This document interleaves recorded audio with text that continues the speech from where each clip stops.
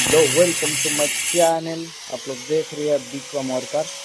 यहाँ पे जो काटिंग हो रहा है ये प्लम्बिंग की काटिंग हो रहा है। देखिए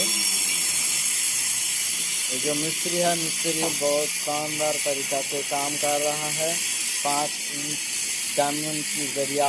तो देखिए यहाँ पे ठंडा और गरम लाइन की काम हो रहा है, हॉट एंड कूल लाइन। तो यहाँ पे अभी कटिंग हो रहा है। ये है पहले एपिसोड। तो पूरा वीडियो देखने के लिए आप लोग लाइक शेयर कमेंट कीजिए। मिलते हैं अगला वीडियो में।